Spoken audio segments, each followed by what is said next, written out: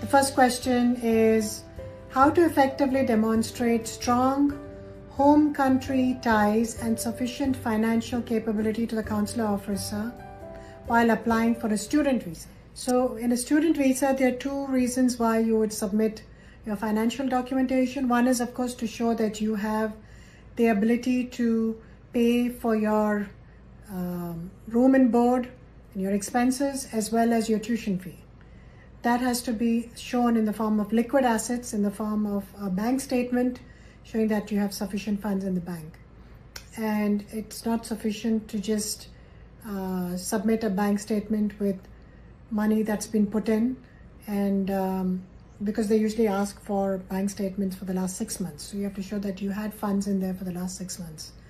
Otherwise, there is a lot of fraud and people just put in money and then take it out simply for the sake of to attend the interview.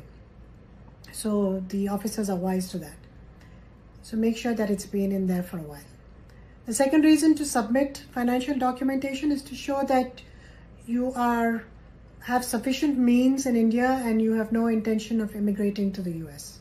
That you plan only to travel on a temporary basis and will come back to the US, come back to India once your studies are over.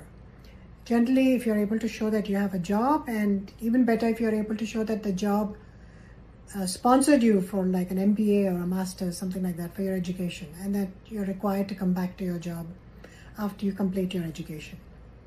So those are the reasons to show financial documentation, and I hope I was able to answer your question as to what kind of documentation to show. I would say, in order to show that you have the intent to immigrate, you do not have the intent to immigrate, also show financial documentation such as your property, show that your tax returns, show that you presently have a job if you do, and show family ties as well. Though that's not financial information, that also helps to show that you have the intent not to immigrate.